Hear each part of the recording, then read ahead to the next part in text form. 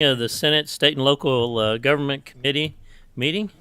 Madam Clerk, if you could call the roll, please. Senator Chambers Armstrong. Senator Elkins. Present. Senator Harper Angel. Senator Mays Bledsoe. Senator McDaniel. Senator Storm. Here. Senator Thayer. Senator Wheeler. Here. Senator Williams. Here. Senator Nemus. Present. Senator Mills. I'm here, and we have a quorum today. Just a couple announcements before we get started. Please remember to silence your cell phones during the meeting, and if you're speaking, please make sure you push the button, and the green light lights up so we can record your testimony. All right, we have one item on the agenda today, and it is Senate Bill 25, which is sponsored by Senator West. If Senator West wants to come to the table, to the microphone. Senator West, thank you for being here today, and the floor is yours. Thank you, Mr. Chairman. Senator West, 27th District. You should have before you Senate Bill 25, and this is two bills in one bill, really. It's a short bill, 2 paragraphs long, and this bill deals with property rights.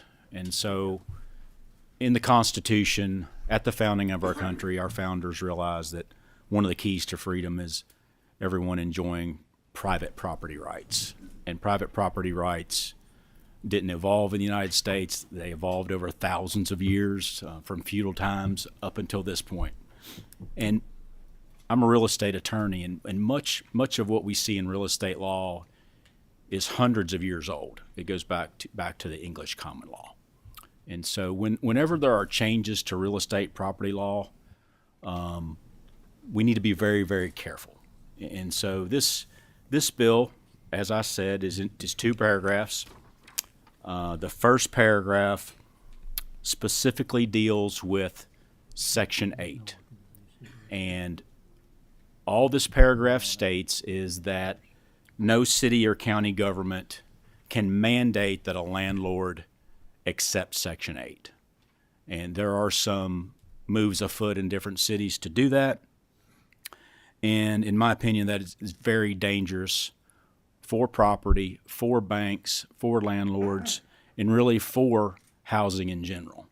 Because just because you accept a Section 8 voucher, you can't just accept the Section 8 voucher. You have to take the whole thing. You have to take all of Section 8.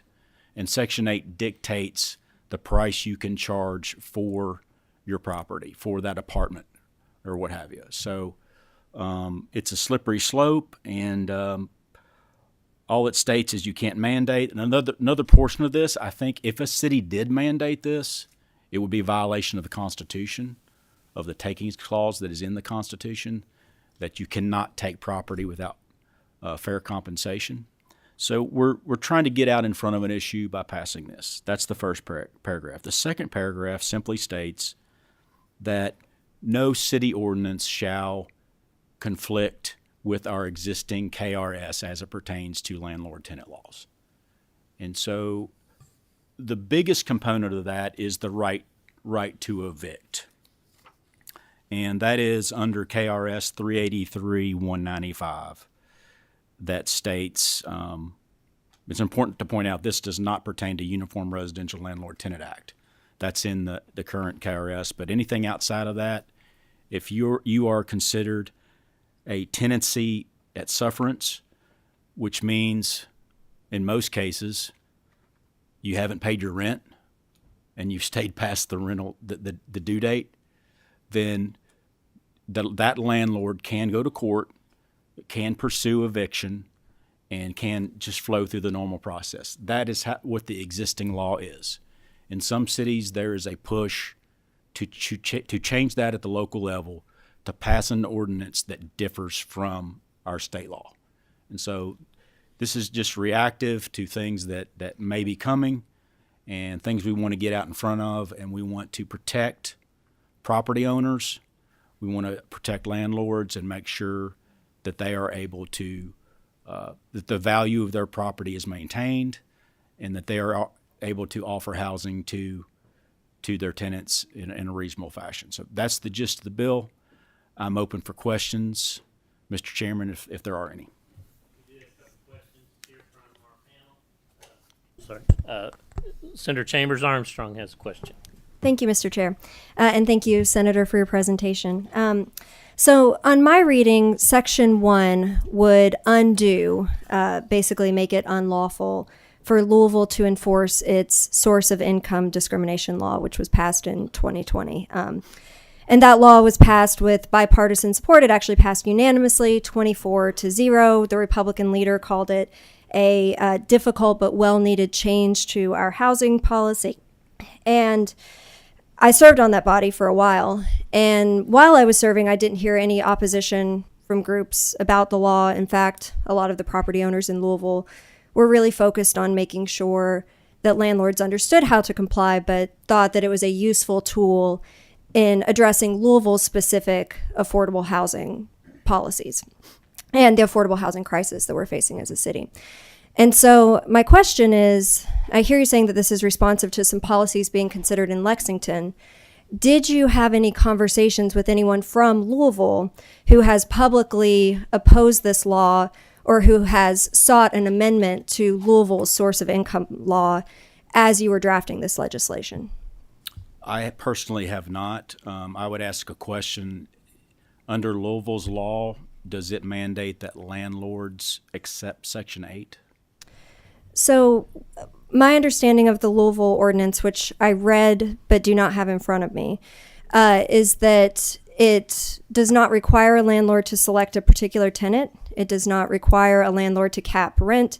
It does not prohibit them from charging market rate. It does not prohibit them from requiring a security deposit.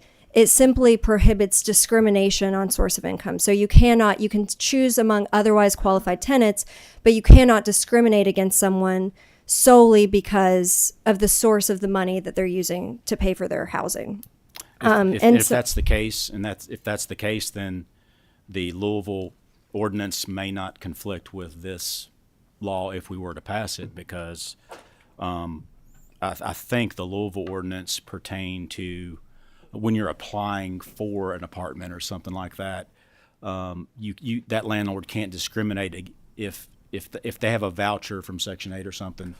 It doesn't allow them to discriminate in that case. I think that would be fine. Under my bill, it prohibits all of Section 8. You can't mandate that a landlord take Section 8. If you take Section 8, you just don't take the voucher part. You take all of Section 8. So you also accept the rate tables for Section 8. So for instance, if I've got an apartment that I'm renting for $1,500 a month, and it's not Section 8 eligible, and I'm then mandated as a landlord to accept Section 8, then that Section 8 rate table, which is based on location, where you are, for Louisville may state that the most I can charge for that apartment is $1,000.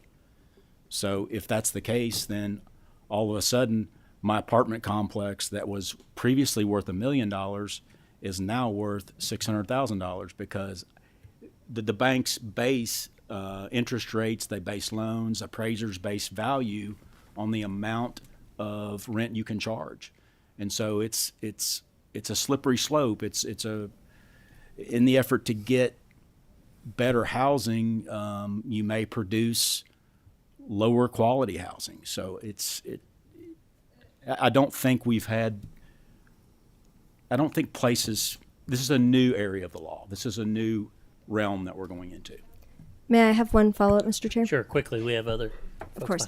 behind you. So I'm glad to hear you say that your intent is not to mess with Louisville's source of income discrimination law. I think there might be some conversations that we can have to that point. My last question is just under Section 2, my understanding is that it looks like you're basically codifying the doctrine of preemption. My understanding is it is currently the law that local governments cannot pass a law that would conflict with state law. When I was on Metro Council, we have teams of lawyers that do a preemption review. So help me understand what this adds to the already existing doctrine of preemption. further clarification, just to make sure that cities know the law of the state of Kentucky overrides local law when they conflict, right? To your point, that's the doctrine of preemption. And we do have laws on preemption, and case law on that. But this just makes it crystal clear that it is providing clarity to property owners, to bankers, when they make loans. They need certainty. You know, if I'm given a $20 million loan on an apartment complex and my borrower who's borrowing $20 million from me on this apartment complex, we think, oh, there's some uncertainty as to whether or not we can evict any of the tenants under state law, then that's a very serious thing that will increase cost, increased interest rates, may prevent that property owner from receiving the loan on the apartment building. And in that case, everyone loses, because if you can't get a loan, let's say you're foreclosed on by your bank and you own an apartment complex, then nobody lives there in the apartment complex. You know, it goes away. So it's just for clarity, and it provides a bright line to banks, to property owners, and we need uniformity across the state, right, when it comes to eviction law and these types of things. So if a landlord's buying property in Paducah, the eviction laws and statutes shouldn't be that much different in Florence or Eastern Kentucky or Lexington. There should be, as a legislature, we have a vested interest in providing rules of the road, basic rules and guidelines for business and commercial activity. So that's what the purpose of this is. Thank you for the answer. Thank you, Mr. Chair. You're very welcome. Senator Nemes. Yes, just some clarification, and if you'll confirm or not. Most people don't understand Section 8. They think Section 8 is a building that accepts tenants that are on Section 8. That is not true. Section 8 is an assistance to tenants. And when a Section 8 person comes to a landlord, they ask if they will accept Section 8. That means the landlord accepts that program, which has certain things that you have to abide by. Now, that landlord does not have to accept that tenant under Section 8 or accept Section 8. Now, they can't discriminate accepting that tenant, but they can not accept the Section 8. So what Senator over here was talking about, and I agree with that should not keep, pardon? Oh, I'm sorry, I thought you were talking to me. So, but that doesn't keep, by Louisville law, that someone, a tenant, accept a voucher from anybody, a donation from me, a donation or assistance from Section 8 or from anybody else. So what you're saying is that the Louisville law will still exist, that tenant can accept money from anybody, and that the landlord cannot distinguish between where you get your money, where you work for, or where you get the money, but they still can decline Section 8 per se. This bill, my bill, only speaks to the Section 8 program, doesn't speak to any other program. And my experience in the real estate industry is a landlord, if you're trying to pay a landlord rent, they usually don't care where you get the money from, right? They as long as they get the rent, that's kind of the main thing. So I don't think my bill in any way talks about these other vouchers or things. It just focuses solely on Section 8, and it's focused on the program as a whole. We don't want landlords are not forced to take Section 8, because there's a lot in some cases you might have to transform your entire property to meet certain guidelines. You have to be inspected once a year by Section 8 people, not just city inspectors. You have to be inspected by federal inspectors. I understand that. So you may agree to additional guidelines, additional laws, additional inspections, additional upgrades, and accept less rent. And that's okay for landlords who want to do that. There is a space for Section 8 housing, and there's a lot of it. But there is also a space for middle income apartment living, middle income condos, income housing. So that's, to me, that's for the landlord to decide, not for the city to decide. Primarily because we have property rights in this country. And that property belongs to the property owner. It does not belong to the city. It is their decision on what they do with their own personal real property. And also to clarify, many landlords like Section 8 because it has a guaranteed income. Correct. Very good. Okay, we have a couple people that have signed up here, and we're going to run through these real judiciously if we can. Ms. Carroll from the KLC. Brianna Carroll. Oh, there she is.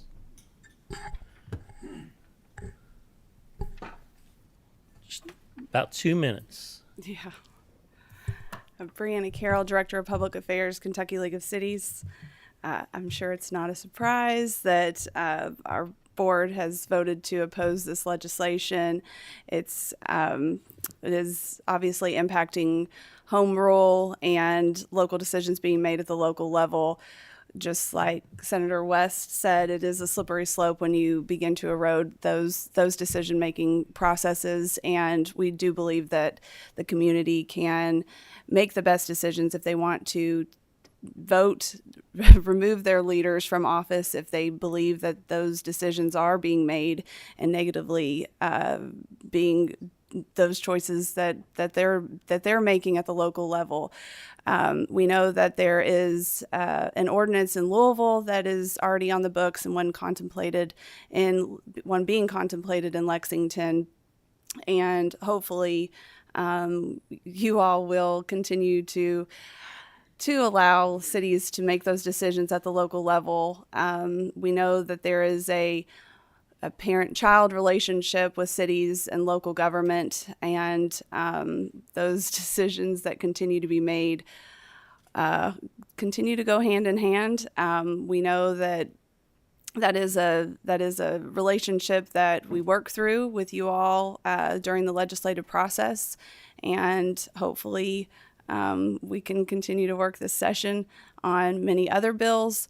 This legislation in particular, I know, have a discussion with Senator West this morning on this legislation, in particular to this bill. We would ask that you all consider that that the local decisions continue to be made at the local level, but that you sometimes need to intervene, and we respect that decision. Thank you for your testimony. Next is George Elklin with the Coalition of the Homeless. Is there? Sir, if you could give your name and your group you represent and have about 2 minutes, okay? All right. Thank you, Mr. Chairman. So my name is George Eklund. I'm the Director of Education and Advocacy at the Coalition for the Homeless in Louisville, Kentucky. So I'm just going to kind of give some local context of how our source of income discrimination has been working.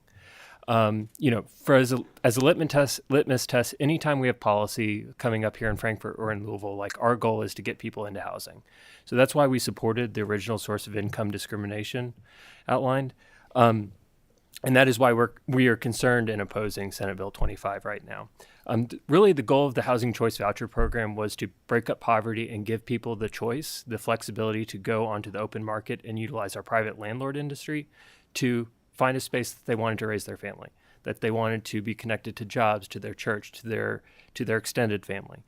Unfortunately, people with vouchers have limited options because, one, of price, and then two, by just people that are willing to accept it. So our community came together and we looked at this new policy to expand our fair housing statute, or our fair housing ordinance. We saw that it was passed in 2020 unanimously with bipartisan support. There was one person that abstained and one person that passed on it. And it has worked. It does not mandate, so in our experience, we are not mandating that a landlord has to charge the certain rents. It is really just about letting somebody start the conversation about maybe renting with them. Really, it has not impacted the landlord's way of doing business in Louisville. If the rent isn't covered by the voucher, that person has to move on to the next unit. if the inspection comes back and the repairs are too steep for them to cover, they can move on to the next client. Or if the reinspection is taking too long, they can move on to the next person that has other lawful income. People can still charge security deposits. There's really little strings attached to the Section 8 program and other housing vouchers that we employ to put people from the street into housing. This has, really, for us, when we passed the source of income protection, like it meant that we were able to get clients housed faster. So moving people from the street into housing faster. Clients had more opportunities to find accommodations that met their needs, such as if they needed accommodations for disabilities or if they needed a space for their children to grow up. And just to have a broader choice to be connected to jobs, to be connected to their churches, to be connected to the family members that they wanted to be near. So for us, like if Senate Bill 25 goes forward, like it would mean that landlords would be able to again, like just deny Section 8 straight out. We're fear that it's going to impact our permanent supportive housing vouchers, our VASH vouchers, which are for veterans, and other assistance programs that we have. It's going to keep people homeless for longer, and it's just going to complicate our lives as we're trying to get people into housing. So thank you so much for your time, Mr. Chairman and committee, and I really strongly urge that you to vote against Senate Bill 25. Thank you for your testimony. Senator Wheeler has a motion on the bill. Second. Is there a second? Okay, we still have two more people that need to speak, and so we need to take their testimony. We have a motion on the floor. Emma Anderson. You can state your name and address, or name and organization if there is an organization, and you have about 2 minutes, please. Thank you, Mr. Chairman. My name is Emma Anderson. I am the Lexington organizer with Kentucky Tenants. Kentucky Tenants is a tenant-led organization working for a Kentucky where everyone has safe, high-quality, affordable housing. We have a chapter in Lexington and a chapter in Moorhead, representing hundreds of tenants between the two. And just an illustration of that, in 2022, we knocked over 7,000 doors and had conversations with tenants in those properties. I am here to oppose Senate Bill 25. I come to you today with a lot of anger. I spent hours of my day yesterday talking to a 20-year-old tenant who has just been evicted, and we were talking through what her next steps are. She has two beautiful boys under the age of 2. She works full-time at Burger King and pays her taxes that support your salaries, and she will be forced to live in her car because the only family shelter in Lexington is completely full and has been for months. 900 children in Lexington alone right now. It's a record. And there are people living at the Salvation Army, that family shelter, that right now who have housing vouchers that they cannot use. Source of income discrimination has the greatest effect on mothers with children. Kentucky Tenants and Lexington City government have been working to pass a ban on source of income discrimination in Lexington for over a year now. City Council has reached out to Lexington residents for an exceptional amount of public input. Council has made time to listen to all sides, including landlords. Sponsors of the legislation have had countless individual conversations with concerned parties, and city officials have presented at numerous organizations with special interests. They even scheduled a public hearing specifically just to talk about this one issue. More than 70 people showed up in support of the ban at that meeting, and hundreds more sent emails of support. The public in Lexington has been very clear that what they want is a local ban on source of income discrimination, and the fact that there is legislation on the table that would take away our right to make those decisions for ourselves and follow our local democratic decision-making processes makes me sick. Passing Senate Bill 25 would undermine our local control, a value that many of you claim to hold. When Kentucky Tenants began in 2020, we conducted a 6-month listening project across Kentucky. From August 2021 to February 2022, a team of 30 texters and callers completed 4,000 conversations in 21 counties across the state. The results emphasize that housing is unaffordable, landlords often exploit their tenants, and we need fundamental changes in the way we talk about, think about, and legislate around housing. And in answer to the question, is housing affordable in your community? 67% of respondents said housing is unaffordable for most. A quote from one of the respondents, "Well, considering that I am a mom of 3 and a 4-bedroom costs $14,000 a month. I make exactly $14.57. That leaves $57 for me to try and buy food for my kids because I make too much to get on food stamps. Instead of spending useless time trying to take away local control, you could help renters by fighting for eviction expungement and allocating at least $200 million into affordable housing this year. Kentuckians value the freedom and liberty to make our own decisions. Please don't take that right away from us. Thank you for your time. Thank you so much. Next is Emma Curtis. If you can give your name and if it's an organization you're connected with, and you have about 2 minutes, please. Hi, my name is Emma Curtis. I'm not here on behalf of any organization, Mr. Chair, but I would like to thank you and the rest of the committee for allowing me to speak to you on this matter today.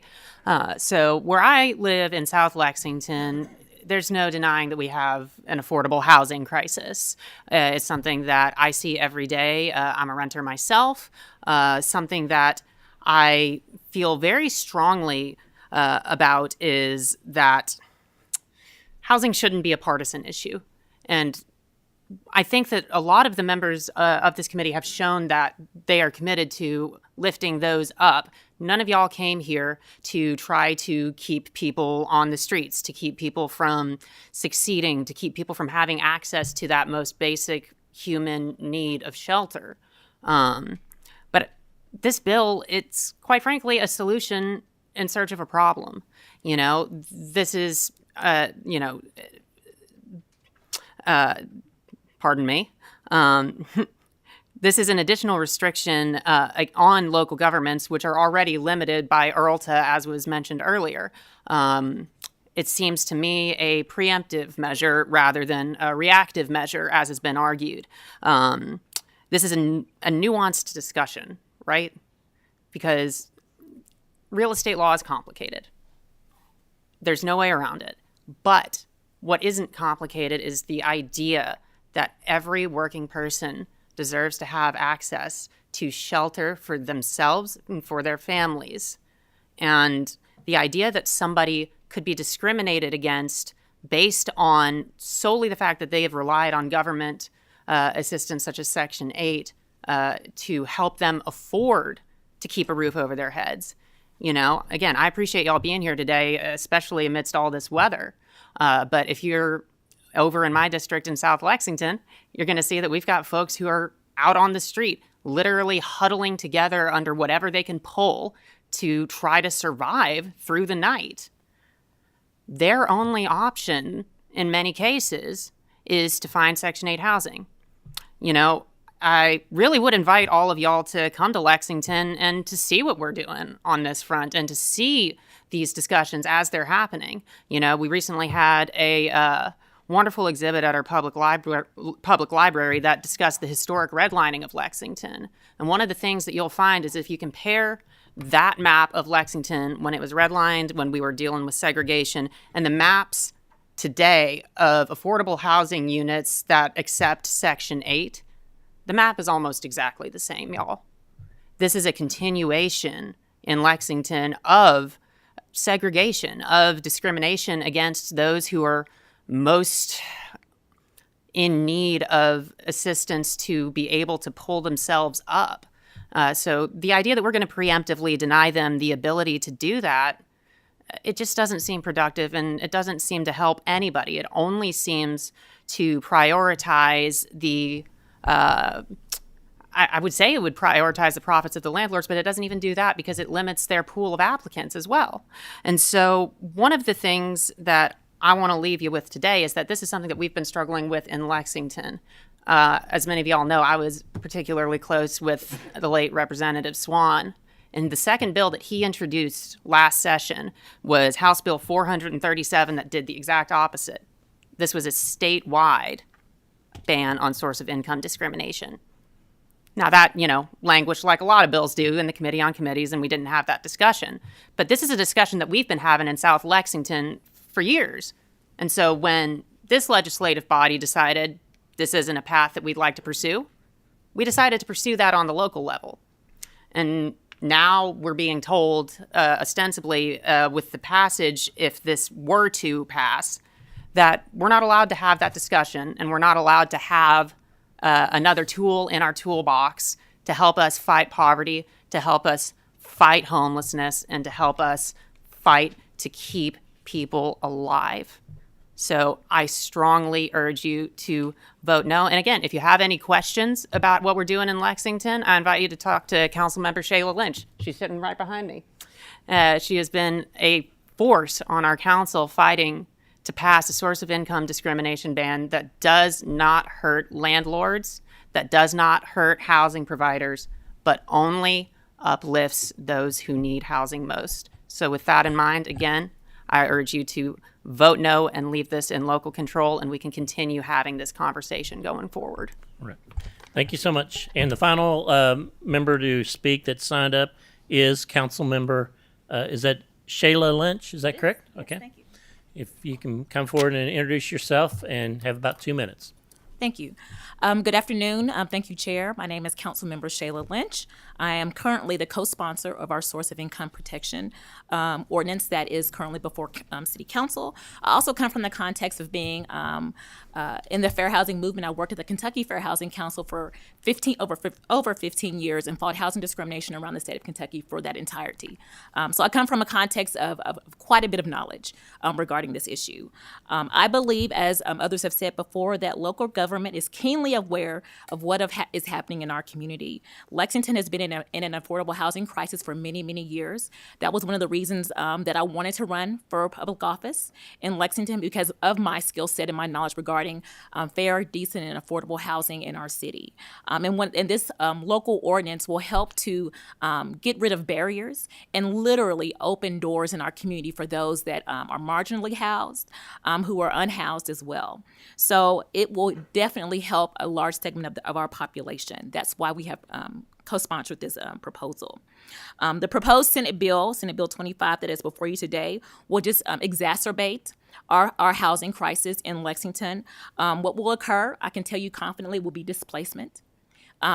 Immediately, landlords who are willing to accept housing subsidies, specifically Section 8, will go move to evict those tenants, and our housing crisis will only get worse in Lexington, as people will struggle to find housing and will probably seek housing in other counties because they will not be able to find affordable housing in Lexington because our rents are currently very high, very high.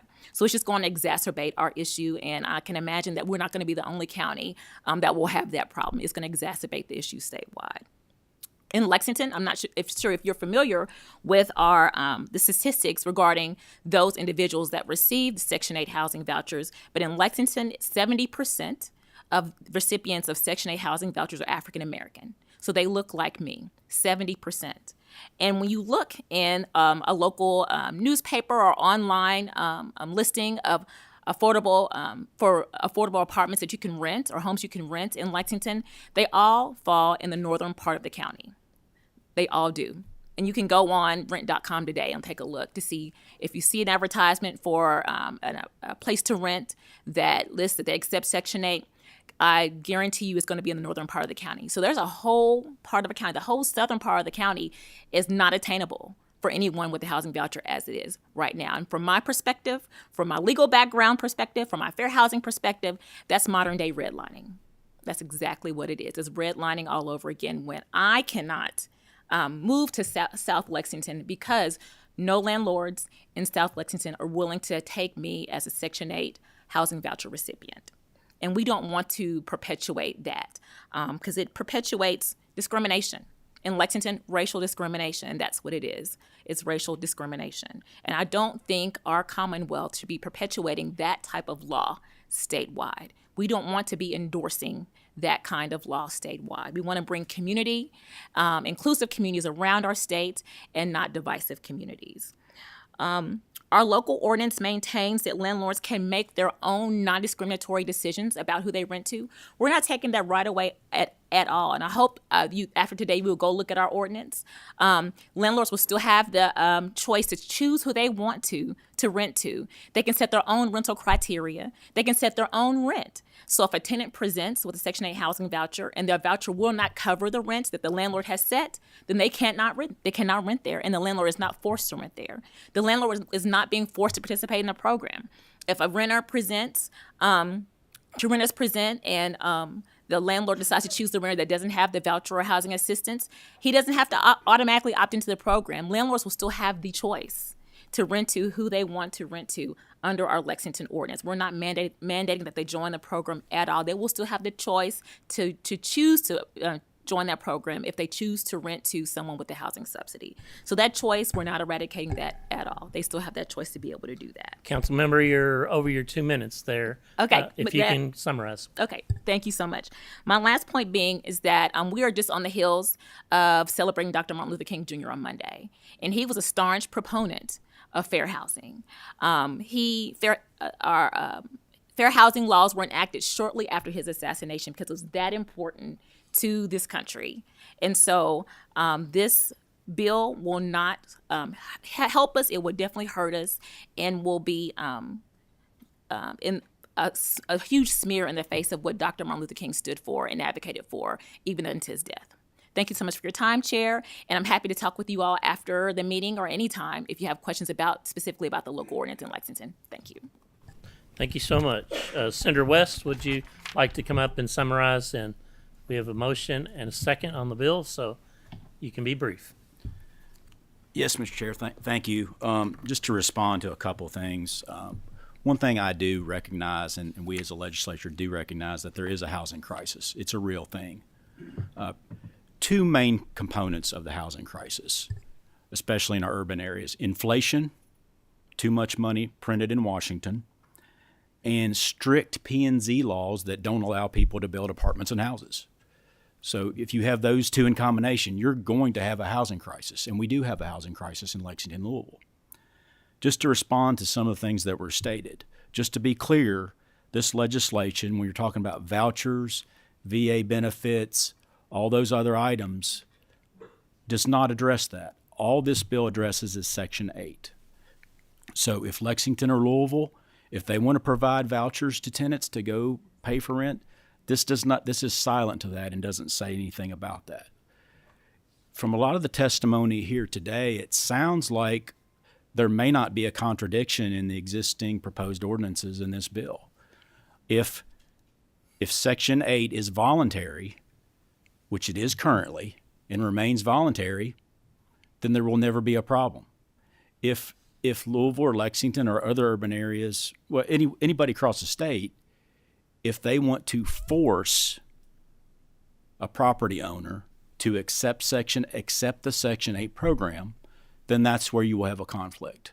And I would propose to you that there's going to be pending litigation on that issue, because if you force a property owner to accept Section 8, I would say that is unconstitutional, and it's a taking under the U.S. Constitution. So, yes, some of this is preemptive, but as legislators, we swore an oath to uphold the United States Constitution, and we have to make sure that our revised statutes purport with the Constitution. Very good. We have a motion and a second on the bill. Madam Clerk, please call the roll. Senator Chambers Armstrong. May I explain my no vote, Mr. Chair? Yes, you may. Thank you. So I'm going to vote no. I do believe the legislation as written would invalidate Louisville's source of income ordinance. It passed unanimously. No one voted against it. It had bipartisan support. And it was adopted by a local government as an important local tool to respond to an affordable housing crisis in that city. And I heard someone here today say landlords love Section 8. What we saw in Louisville is that was not the case. There were listings where people would say, no Section 8 accepted. People weren't even eligible to apply for those apartments. And when we have people sleeping on the streets and not enough affordable places for them to live, the local legislative body decided that was a policy problem that we wanted to fix, and fixed it in a unanimous, resounding way. That law doesn't require a property owner to rent to a particular person. It didn't take away a landlord's ability to select among applicants. Still require proper security deposits, still set the rent at a market rate, whatever they think the market will bear and is fair. But what it did do is prohibit discrimination. It said that you cannot deny someone a place to live solely because the way they are paying for that place comes through a federal government program. And so I'm worried about us invalidating that law, which I do believe this legislation as written does, for a couple of different reasons. First, when we are seeing people struggle to find housing, and this body is considering a lot of different ways to address that, I worry about the people that we're going to harm by this bill and the way we're going to hurt the other policy objectives that we as a body are trying to achieve. Okay, explain your vote. You're explaining your vote. Yes. And secondly, I worry about local control, Mr. Chair. I can't think of many ordinances I've seen where local government has spoken so unanimously and in such a unified way. And so for that reason, I'm going to vote no. Senator Elkins, Yes. Senator Harper Angel, Senator Mays Bledsoe, Senator McDaniel, Senator Nemus, Aye. Senator Storm, Senator Thayer, Senator Wheeler, Senator Williams, Senator Mills. I vote aye. Senate Bill 25 passes with favorable expression 8-1. Thank you. You're welcome, Senator West. And before we adjourn, Senator Thayer has an introduction. Yes, thank you, Mr. Chairman. The leadership of the Kentucky Optometrist Association saw their way clear to make it to our committee meeting today. Thank you. I'll be here all week, and I'd like to welcome them to Frankfort. All right. Welcome to our committee, even if it is at the end. And Senator Chambers Armstrong has an introduction, maybe. Thank you, Mr. Chair. As part of that group, we have Dr. Sutton, who's an optometrist from Louisville, and I just wanted to say a special hello and recognition to Dr. Sutton for joining us. Thank you. Well, thank you for everyone who attended and gave testimony. We are adjourned.